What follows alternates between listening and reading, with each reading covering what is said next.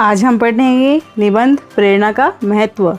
शिक्षा के क्षेत्र में अभिप्रेरणा की भूमिका को निम्नलिखित प्रकार दर्शाया जाता है। सीखना, सीखने का प्रमुख आधार प्रेरक ही है। सीखने की क्रिया में परिवर्तन का नियम एक प्रकार का कार्य करता है। जिस कार्य को करने से सुख मिलता है उसे वह पुनः करता है एवं दुख होने पर छोड़ देता है। यही परिणाम का नियम है। अतः माता पिता तथा अन्य बालकों द्वारा अध्यापक बालक की प्रशंसा करने से प्रेरणा का संचार होता है। इस प्रकार वह आगे बढ़ता रहता है परंतु दंड पर हताश हो जाता है। लक्ष्य की प्राप्ति, जिस प्रकार बालक के जीवन का एक लक्ष्य होता है उसी प्रकार विद्यालय का भी एक लक्ष्य होता है। इस लक्ष्य की प्राप्ति में प्रेरणा की मुख्य भूमिका होती है। ये सब लक्ष्य प्राकृतिक प्रेरकों द्वारा प्राप्त होती है। इस रूप में अधिगमकृता प्रक्रिया में लक्ष्य निर्धारण की अभिप्रेरणा उद्देश्योन्मुखी है, क्योंकि लक्ष्य निर्धारण भावी जीवन से संबंधित होता है। तो स्टूडेंट्स, जीवन में सबके लक्ष्य होना बहुत ज़रूरी है ताकि हम प्रेरणा हासिल कर सकें और हमारे लक्ष्य तक पहुंच सकें। आगे बढ़ते हैं। तीसरा पॉइंट है चरित्र निर्माण। चरित्र निर्माण शिक्षा का श्रेष्ठ गुण है।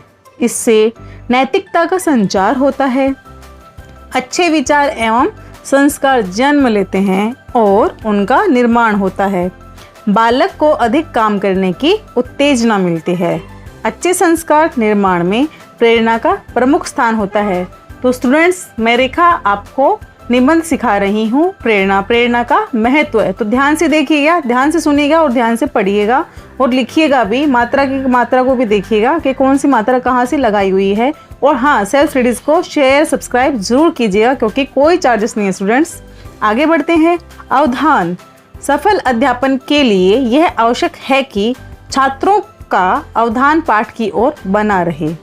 कक्षा में छात्र पाठ के प्रति कितना जागरूक है यह प्रेरणा पर ही निर्भर करता है। प्रेरणा से पाठ की ओर अवधान नहीं रहेगा और छात्र मस्तिष्क को केंद्रित नहीं कर पाएगा। यह अवधान प्रेरणा पर ही निर्भर करता है। प्रेरणा मतलब क्या होता है? प्रेरणा मतलब होता है कि प्रेरित होना। किसी काम को लेकर हम किसी से प्रेरित होते हैं कि हाँ भाई, ये काम उसने कर लिया तो हम भी कर सकते हैं, यानी वो होती है प्रेरणा मिलना। जैसे आगे बढ़ते हैं। अध्यापन विधियाँ, परिस्थिति के अनुसार कई विधियों का प्रयोग करना पड़ता है।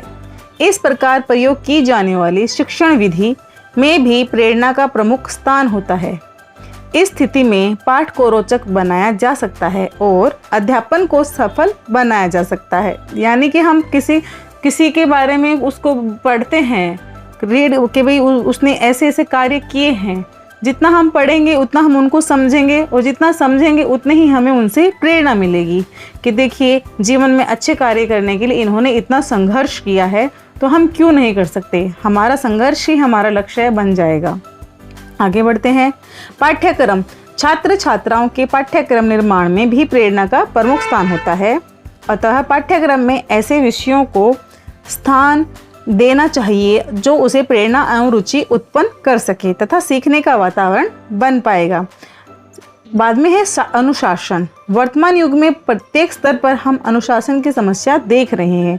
यदि उचित प्रेरकों का प्रयोग विद्यालय में किया जाए तो अनुशासन की समस्या पर्याप्त सीमा तक हल हो सकती है। यानी कि अनुशासन में रहना बहुत ज़रूरी है। अनुशासन ही हमें प्रेरणा की ओर ले जाता है, हमें सिखाता है आगे बढ़ना। तो students, thanks for watching self studies. Self studies को लाइक कीजिए, शेयर कीजिए, सब्सक्राइब कीजिए। Take care students.